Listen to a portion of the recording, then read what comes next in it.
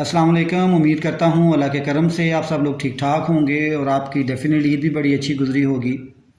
तो आज भी इंशाल्लाह ताला आपसे गपशप करते हैं और गपशप में कोई सीखने की कोशिश भी करते हैं। कहते हैं जी कि गधे और घोड़े के दरमियान एक बहस छिड़ गई। गधे ने कहा जी कि आसमान का रंग जो है वो सब्ज़ होता है, घोड़े ने कहा कि नीला होता है। खैर ये बहस बढ़ गई और बहस बढ़ने के बाद अब उसका अल्टीमेटली फ़ैसला होना था।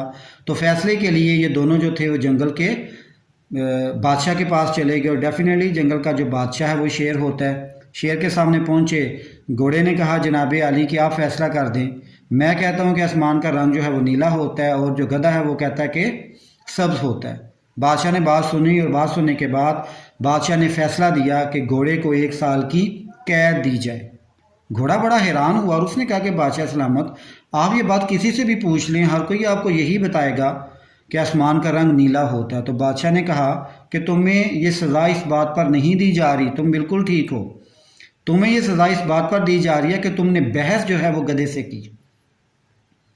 ठीक है, अब बात को बड़े गौर से सुनिएगा और समझिएगा कि हम में से अक्सर लोग अपनी जो बहस है वो किसी न किसी गधे के साथ ही कर रहे होते हैं। हम अपनी तालीम जो है उन लोगों पर झाड़ते हैं जिनको किसी भी चीज़ का कुछ पता नहीं होता। अमूमन हम अपने फ़ैसले उन लोगों से भी करवाते हैं जो सारी ज़िंदगी या जिन्होंने सारी ज़िंदगी कभी कोई ऐसा फ़ैसला किया ही नहीं या जिनमें ये सलाहियत ही नहीं पाई जाती।